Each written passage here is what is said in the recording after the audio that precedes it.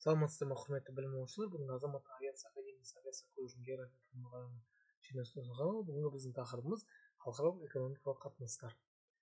Бұл дегеніміз халықаралық экономикалық қатынастар. Бүгінгі өтетін тақырып негізгі білуіміз керек. Ол біздегі халықаралық экономикалық қатынастардың негізгі түрлері, ақша конвертациясы және сыртқы сауда айналымы мен сыртқы сауда балансы. Халықаралық экономикалық қатынастардың негізгі түрлеріне келетін болсақ, ол бізде сыртқы сауда, басқа елдермен айналысы, капиталды шетелге шығару, ғылыми техникалық байланыс, орнына келтіру жұмыстары, несие қаржы қатынастары, халықаралық туризм мен сыртқы қызмет көрсету салаларына келеді. Сыртқы сауда дегеніміз не? Ол сыртқы сауда өте ерте пайда болған, ежелгі Үндістан, ежелгі Қытай, ежелгі Рим империясы кезінде, өз кезеңінде осы ең бірінші мемлекеттер пайда болған кезде осы халықаралық сауда дамыған болатын. Гүлдену кезеңіне келетін болсақ, ол капиталистік жүйедегі әсіресе машина индустриясының кезеңіне сәйкес келеді. Ол бізде 18-19 ғасыр. 20 ғасырдың басында үлкен дәрежеге жеткен болатын. Яғни бұл дамыған Ұлыбритания, Франция, Германия және ақш елдеріне сәйкес келеді. Мемлекеттер арасында байланыстың маңызды түрінде болып келеді. Капиталистік елдерді, яғни капиталды басқа елге шығару, ол негізгі капиталдың бір елден екінші елге ауысуы, капиталдың бастапқы шығу елінен басқа елден пайда табу саяси мақсатта ауысады. Бұл бөлімде негізгі басқарушылық қызметте ірі халықаралық банктер, аймақтық ұлттық компаниялар және халықаралық валюталық қор мен ірі транскорпорациялар орын алады. Капиталды шығаратын ірі елдер келетін болсақ, ол Америка құрама штаттары, Германия және Жапония. Мысалы келетін болсақ, 1980 жылы Америка құрама штаттарының Рональд Рейган кезіндегі Рейганомика, яғни оның либералды, неолибералды саясат нәтижесінде көптеген ірі завод фабрикалардың бәрі Қытайға ауысқан болатын. Яғни бұл себеп неде? Ол жердегі арзан жұмыс күші және арзан ресурстар маңызды рөл атқарады. Соның нәтижесінде бұл елдердің ары қарай дамуына және оның үлкен көлемде пайда табуына үлкен әсер етеді. Бұл негізгі факторлардың бірі болып келеді. Негізі Америка құрама штаттары осы Қытай, Шығыс Азия, оңтүстік Шығыс Азия, Үндістан сияқты елдерге өздерінің ірі заводтардың орналасу нәтижесінде ол өзінің экономикасы дамуына тікелей әсер етеді. Ғылыми техникалық бірлесу, ол бізде ғылыми техникалық революция кезінде шарты мен техникалық жетістіктердің енгізу, табиғи ресурстардың пайдалану және таласы. Саудадағы негізгі орын ғылыми техникалық ақпаратпен алмасу, ол бізде патенттер мен лицензиялар болып келеді. Орнына келтіру жұмыстарына келетін болсақ, ол бізде мемлекеттердің арасындағы соңғы жылдарда жасаған маңызды экономикалық байланыстары, шетелдік фирмалармен бір мемлекетке несие береді, немесе берілген несие негізінде ірі немесе орта кіші кәсіпорын бой көтереді. Мысалы Қытай Халық Республикасында қазір үлкен рөл атқарады. Кәсіпорын өз жұмысын бастағаннан кейін алған несиені дайын өнім арқылы өтейді. Мысалы Қытайға да сәйкес келеді. Несие және қаржы қатынастарына келетін болсақ, несие және займ беру арқылы тура инвестиция негізінде ірі кәсіпорындар мен қызмет көрсету салаларының салынуы. Қазіргі таңдағы жалпы дүние жүзі бойынша тура инвестиция көлемі $3 триллион асады. Яғни бұл өте үлкен көрсеткіштердің бірі болып келеді. Бірақ сауда қатынасы нәтижесінде оның саны одан да көп болып келеді.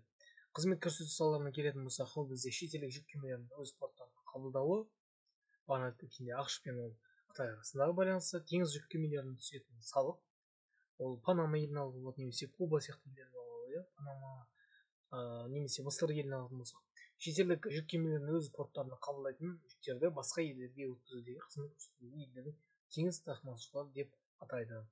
Ол бізде Либерия, Куба, Панама сияқты елдерді жатқызуға болады. Халықаралық туризм, ол бізде соңғы жылдары туризм үлкен қанат жегіп келе жатыр.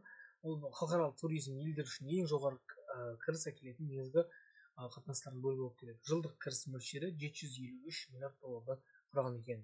Бұл сонымен қатар ол айтатын болсақ, Европа елдері, Италия, Франция, Ұлыбритания, Германия. Сонымен қатар араб елдеріне келетін болсақ, Біріккен Араб Әмірліктері, Сауд Арабиясы және сонымен қатар Мысыр елін алатын болсақ, Америка құрама штаттары, мысалы ішкі туризм және сыртқы туризм өте қарқынды дамыған, Жапония дамыған және дамушы елдерді жатқызуға болады. Халықаралық экономикалық қатынастар түрін анықтауыңыздар, ол бізде жаңа халықаралық қаржы орталықтарының бірнеше ОПЕК елдерінің базасында орналасқан. Мұнайдан түсетін кіріс пайдасы ол бізде Парсы шығанағы елдерінде, Батыс Европа, Америка құрама штаттары, Азия елдері, Африка және Латын Америкасына қарай жылжиды. Ол бізде енді білесіздер, Сауд Арабиясы, Біріккен Араб Әмірлігі, Иран және сонымен қатар Латын Америкасы елдеріне Венесуэланы алатын болсақ, әлемдегі ең бірінші мұнай қоры бойынша бірінші орында тұр.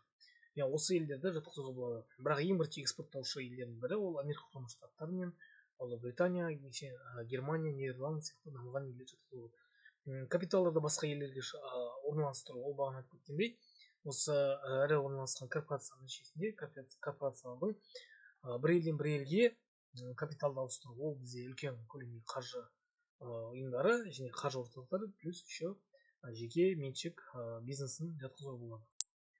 Жеке меншік және сонымен қатар ірі бизнесті жатқызуға болады. Халықаралық деңгейдегі сыртқы сауда айналымына келетін болсақ, ол дүниежүзі көптеген елдер үшін сыртқы сауда айналымы халықаралық экономикада өте маңызды рөл атқарады. Оның негізгі көлемі сыртқы сауда айналымы экспорт және импорт қатынасына тәуелді. Негізгі көрсеткіш сыртқы саудаға қатысатын елдердің саны арқылы көрсетіледі. Көп тұрғыныңызда 2004 жылы 793 миллион доллар құрайтын болса, 2008 жылы 1,5 триллион доллар құраған. Қазіргі таңда 2024 жылы оның көлемі 6,7 триллион долларды құрайды. Бұл сыртқы сауданың өте үлкен көлемде рөлді атқаратын, экономикалық қатынастарда өте үлкен рөл атқаратынын көрсетеді. Бұл көбінесе ақш пен Қытай арасындағы, батыс Еуропа елдері арасындағы байланысты жатқызуға болады. Сыртқы сауда теңдестігіне келетін болсақ, ол бізде сыртқы сауда теңдестігі жеке елдердегі бір уақытта экспорт пен импорттың мөлшері, сальдо жеке елдердегі бір уақытта экспорт пен импорттың мөлшерінің айырмашылығы. Егер экспорт импорттан көп болса, ол сальдо қанағаттанарлық, егер аз болатын болса, қанағаттанарлықсыз. Неге десеңіздер, себебі импорт өте көп мөлшерде рөл атқаратын болса, ол сіздің елдің ішіндегі экономикалық өндіріс зауыттар, фабрикаларының көлемі аз, немесе олардың басқа елдермен теңдестігі және олардың теңдестігінің азайғанын көрсетеді. Бағана көрсеткеніміздей, бұл жердегі сальдоның көлемі үлкен болған сайын, ол бізде экспорттың мен елдің дамуына тікелей үлкен әсер етеді. Негізгі бірақ ең үлкен әсер ететін факторлардың бірі ол бізде мемлекеттер емес, ол мемлекеттердің ішіндегі орналасқан ірі корпорациялар. Сол нәтижесінде осы Apple, Microsoft, Google, басқа да көлік өндіріс компаниялары болса, көптеген барлық корпорациялар болады, олар бір елден екінші елге өзінің капиталын ауыстыра береді. Неліктен десеңіздер, себебі арзан жұмыс күші мен арзан тауар, яғни арзан технология немесе арзан ресурс нәтижесінде олар өте үлкен көлемде пайда түсімін өсіреді. Бұл осы капиталистік жүйедегі ең негізгі факторлардың бірі болып келеді. Экспорт бұл жердегі экспорттаушы елдерін алатын болсақ, қазіргі таңдағы әлемдегі негізгі экспорттаушы ел Қытай Халық Республикасы. Бұл қазіргі таңда Америка Құрама Штаттарымен салыстырғанда 1982 жылы экспорт көлемі 250%-ға өскен болатын. Бұл дегеніміз өте үлкен жақсы көрсеткіш. Қазіргі таңда Америка Құрама Штаттары осы деңгейге жету үшін көптеген салықтар, тарифтар Қытайға қарсы тарифтар өткізіп жатыр. Бұл дегеніміз бұл әлемдегі экономикалық дағдарыстың ары қарай өсуіне алып келуі мүмкін. Бұл экономикалық тұрақтылыққа кері әсер етуі мүмкін.